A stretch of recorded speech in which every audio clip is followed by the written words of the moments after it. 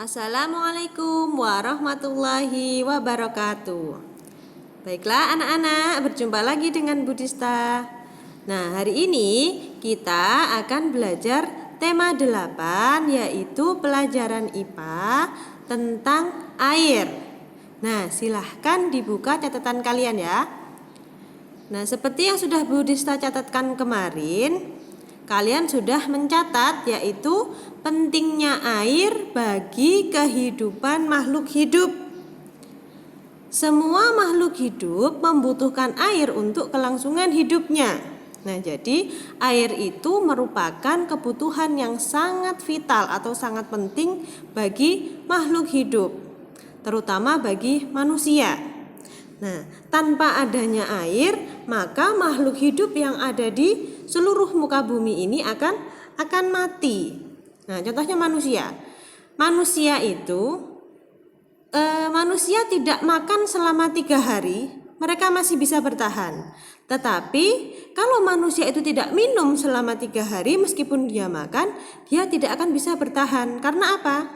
Karena di dalam tubuh manusia 1/3 dari komposisi tubuh yang ada di dalam tubuh manusia itu terdiri dari air. Nah, jadi sehingga air itu sangat diperlukan bagi tubuh manusia. Manusia yang kekurangan air, dia akan mengalami dehidrasi. Apa itu dehidrasi? Ya, dehidrasi itu adalah kondisi di mana tubuh kita kekurangan cairan. Nah, sehingga apabila dehidrasi itu berlangsung lama, maka kita bisa meninggal. Nah, begitu pula dengan tumbuhan dan hewan. Nah, mereka juga mengalami fase di mana dehidrasi apabila kekurangan air. Nah, sekarang kita bahas manfaat air bagi kehidupan makhluk hidup. Yang pertama yaitu bagi manusia. Yang pertama yaitu untuk mandi cuci kakus atau MCK. Nah, jadi untuk mandi, untuk mencuci kakus itu untuk keperluan kamar mandi ya, untuk untuk buang air kecil, buang air besar. Nah, seperti itu. Kemudian untuk minum. Nah, minum ini adalah kebutuhan utama. Kemudian untuk PLTA. PLTA itu pembangkit listrik tenaga air. Nah, jadi air itu dipergunakan untuk menghidupkan listrik, untuk menghasilkan energi listrik sehingga bisa menerangi rumah-rumah. Nah, seperti itu. Kemudian yang berikutnya adalah untuk irigasi. Irigasi atau pengairan sawah. Nah, jadi sawah-sawah itu perlu diairi. Kalau tidak diairi bagaimana? Mereka akan tumbuhan-tumbuhan yang ada di sawah itu seperti padi, kedelai, jagung. Kalau tidak mendapatkan air juga akan mati. Nah, kemudian yang berikutnya adalah sebagai sarana transportasi. Nah, seperti yang kita tahu di beberapa wilayah Indonesia, contohnya seperti di wilayah Kalimantan dan Sumatera, daerah yang terpisah oleh sungai besar, kalau di Kalimantan itu Sungai Kapuas. Nah, itu menggunakan transportasi air. Loh, di sana apa tidak ada transportasi darat? Ada. Nah, jadi transportasi air ini digunakan sebagai jalan pintas. Nah, kalau sungai biasanya itu kan ada dibuat jembatan. Nah, jembatan itu kan hanya di beberapa titik saja. Jadi tidak sepanjang sungai dibuat jembatan. Nah, jadi masyarakat sekitar itu untuk bepergian dari desanya mereka kemudian menuju ke desa tetangga di seberang sungai, daripada mereka memutar jauh melewati jembatan, mereka lebih memilih menggunakan transportasi air. Nah, seperti menggunakan kapal jukung atau kapal klotok. Nah, biasanya seperti itu di sana. Nah, itu digunakan sebagai sarana transportasi air. Kemudian manfaat air bagi hewan. Yang pertama untuk minum, itu sudah pasti karena kebutuhan untuk makhluk hidup. Kemudian yang kedua adalah untuk mendinginkan tubuh. Contohnya seperti kerbau, kuda nil, gajah, mereka itu kan hewan-hewan yang berdarah panas. Sehingga ketika musim panas atau musim kemarau, mereka itu harus mendinginkan tubuhnya. Dengan cara apa? Dengan cara berendam di dalam air. Seperti kuda nil, kerbau, mereka lebih senang berendam di dalam air. Tetapi ketika kemarau tiba, kemarau panjang misalnya, apabila tidak ada air, mereka akan mencari lumpur untuk merendam tubuhnya, untuk mendinginkan tubuhnya. Karena ketika musim kemarau kan air itu sedikit. Nah, jadi mereka mencari lumpur. Nah, di dalam lumpur tersebut masih ada kandungan airnya, sehingga mereka membenamkan dirinya di dalam lumpur. Kemudian yang ketiga adalah untuk membersihkan tubuh, sama seperti manusia. Fungsi air bagi hewan juga bisa untuk membersihkan tubuh, yaitu untuk mandi, membersihkan tubuhnya dari kotoran. Nah, itu. Kemudian manfaat air bagi tanaman, yaitu untuk membantu proses fotosintesis. Apa itu fotosintesis? Proses fotosintesis itu adalah proses memasak makanan yang dilakukan oleh tumbuhan. Nah, jadi air diserap dari dalam tanah oleh akar, kemudian diangkut oleh batang, diangkut kemana?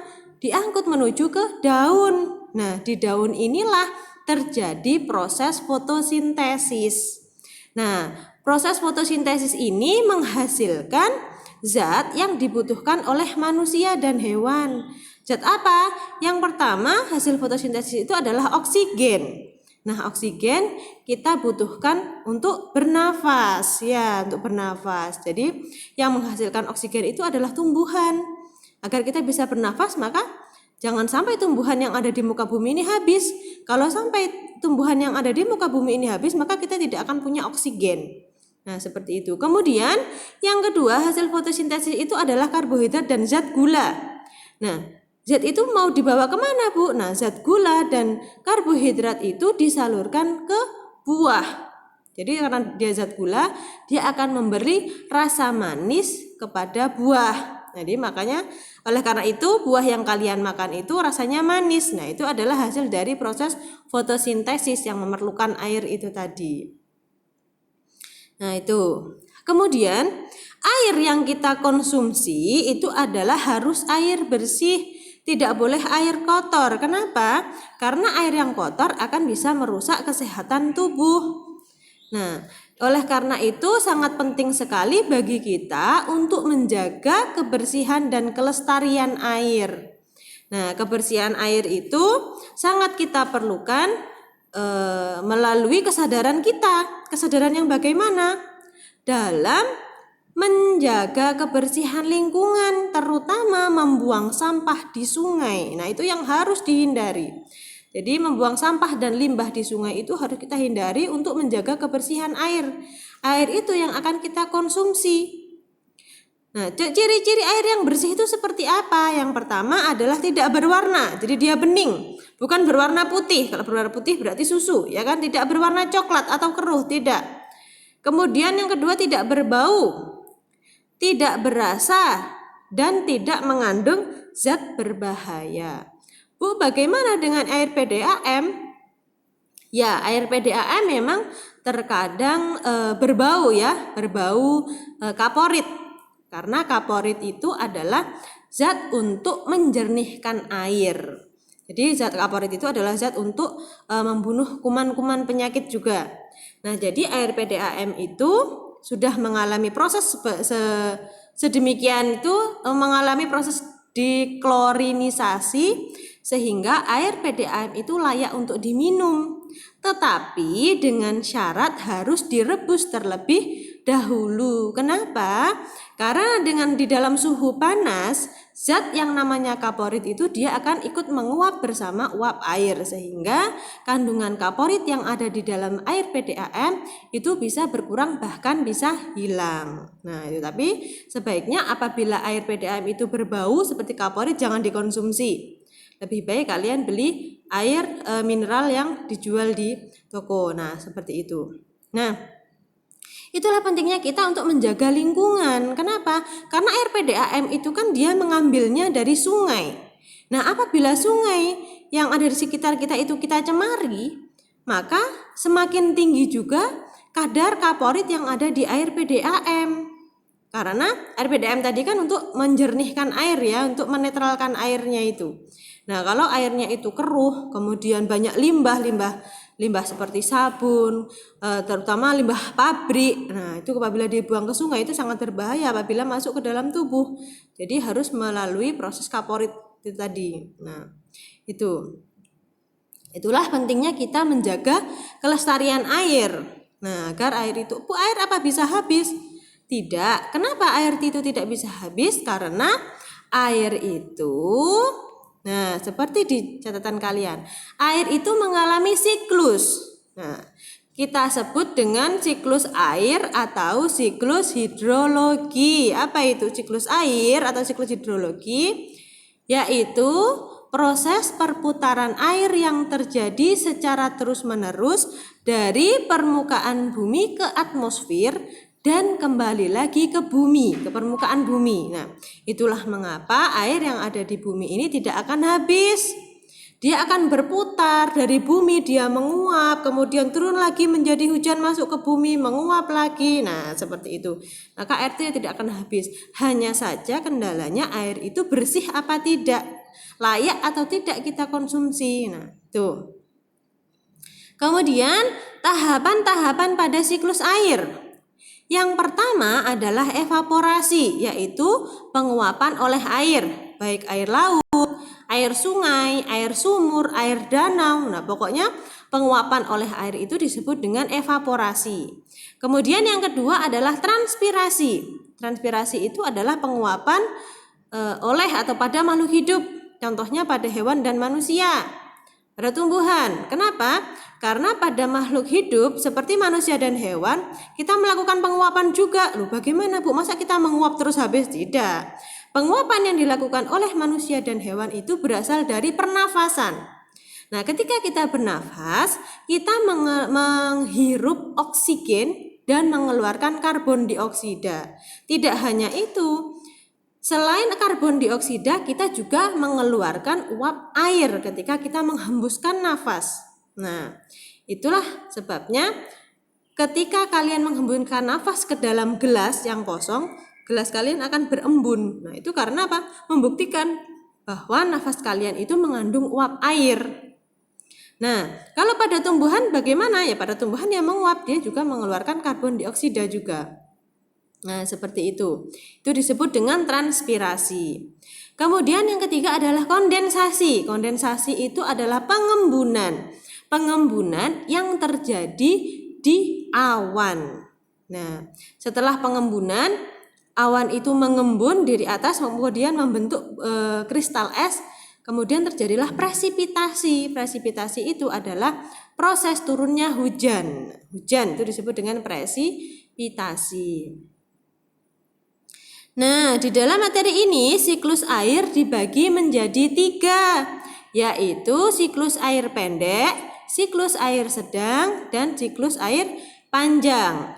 Siklus pendek itu dimulai dari air laut menguap, jadi evaporasi, kemudian langsung kondensasi atau pengembunan, jadi air laut menguap, kemudian biasanya yang terjadi di laut ya, di atas permukaan laut. Jadi air laut itu menguap, sampai di sana uapan itu akan menggerombol, uap air itu menggerombol menjadi satu, berkumpul menjadi awan. Nah, gumpalan-gumpalan awan tersebut di atas sana itu terjadi proses kondensasi atau pengembunan. Nah, karena pengembunan itu kan dia menghasilkan titik-titik air, ya kan? Airnya ditampung di dalam awan tersebut. Nah, karena sudah terlalu banyak gumpalan awan, embun titik-titik air dan kristal-kristal es yang ada di dalam awan itu tadi terlalu banyak, sehingga awan tersebut tidak kuat menampung. Nah, kalau sudah tidak kuat menampung, akhirnya apa? Turun lagi ke bawah. Bocornya pengembunan atau bocornya awan tersebut, itulah yang disebut dengan hujan atau presipitasi. Nah, jadi siklus pendek ini cenderung terjadi di atas permukaan laut. Itu. Kemudian yang kedua adalah siklus air sedang. Nah, siklus air sedang ini yaitu dimulai dari air laut menguap, Kemudian uap air tertiup angin ke daratan. Jadi air laut yang menguap sebelum sampai tadi bergerombol menjadi awan, dia sudah tertiup angin, dibawa ke daratan oleh angin karena anginnya bertiup kencang. Nah, dibawalah ke daratan. Kemudian di daratan karena sudah tidak ada angin, uap air tersebut berkumpul menggerombol sehingga membentuk awan. Awan mendung. Nah, awan yang ketika mau hujan itu ya, gumpalan awan itu. Kemudian di dalam awan tersebut terjadilah kondensasi atau pengembunan. Nah, setelah terjadi pengembunan di daratan tersebut terjadilah hujan. Hujan tersebut karena terjadi di daratan, air yang turun dari hujan tersebut akan mengalir ke sungai. Nah, dari sungai akan menuju ke laut. Nah, terus seperti itu prosesnya. Nah, itu disebut dengan siklus sedang. Kemudian yang terakhir adalah siklus panjang. Nah, siklus panjang ini terjadi di daratan, di lautan, yaitu yang berawal dari berkumpulnya semua uap air baik dari laut maupun tumbuhan dari makhluk hidup, yaitu telah terjadi evaporasi atau transpirasi, kemudian sublimasi. Nanti di bawahnya sudah Bu Guru jelaskan ya apa itu sublimasi ya. Nah, terjadi sublimasi, kemudian pembentukan awan yang mengandung kristal es. Kemudian ada adveksi. Adveksi itu adalah tertiupnya awan menuju daratan. Jadi setelah terjadi kristal es, dia akan tertiup angin terbawa ke daratan. Kemudian yang berikutnya adalah kondensasi. Nah, awan yang tertiup ke daratan tadi itu terkondensasi atau mengalami pengembunan. Kemudian karena dia berada di dataran tinggi, dia akan turun sebagai salju. Nah, salju tersebut turun karena salju kan tidak bisa mencair seperti air hujan ya. Kalau air hujan dia akan mengalir karena dia air. Kalau salju kan dia berbentuk butiran es. Nah, kalau sudah terbentuk butiran es, dia akan membentuk gletser. Gletser itu adalah kumpulan atau endapan bongkahan salju yang terjadi ketika turun salju. Nah, kemudian gletser itu karena terkena sinar matahari dia akan mencair. Nah, baru cairan itu air yang mencair dari gletser itu menuju sungai. Nah, sungai kemudian mengalir ke daratan dan kemudian menuju ke laut. Seperti itu. Jadi ini siklusnya agak panjang. Jadi setelah mengalami penguapan, kemudian mengalami sublimasi, kemudian membentuk awan, membentuk kristal es, kemudian tertiup angin. Nah, masih seperti itu.